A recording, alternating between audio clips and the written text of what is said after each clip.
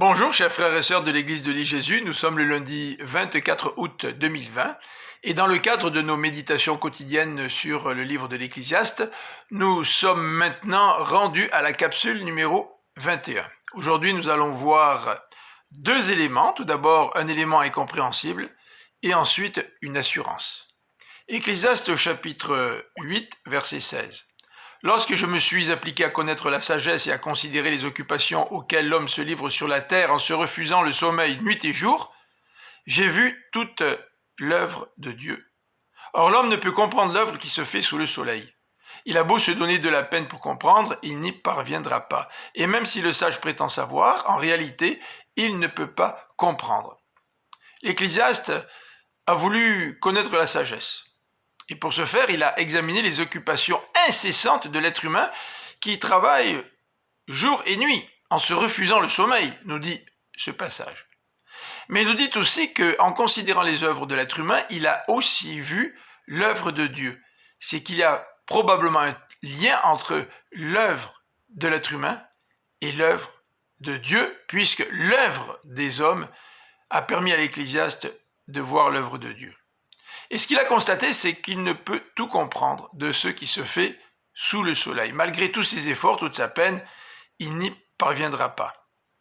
En fait, le sage, c'est celui qui ne veut pas tout connaître, mais c'est celui qui admet qu'il ne peut pas tout comprendre. L'œuvre de Dieu a été déjà comparée à une tapisserie dont nous regardons l'envers. Nous voyons tous ces fils qui s'entrecroisent, et le tout nous semble vraiment décousu.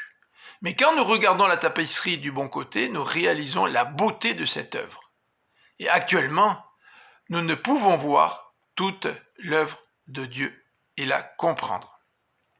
Le verset suivant nous donne une assurance. Oui, j'ai beaucoup réfléchi à tout cela, et tout ce que j'ai compris, c'est que les justes, les sages et tous leurs travaux sont dans les mains de Dieu. Ça, c'est une assurance.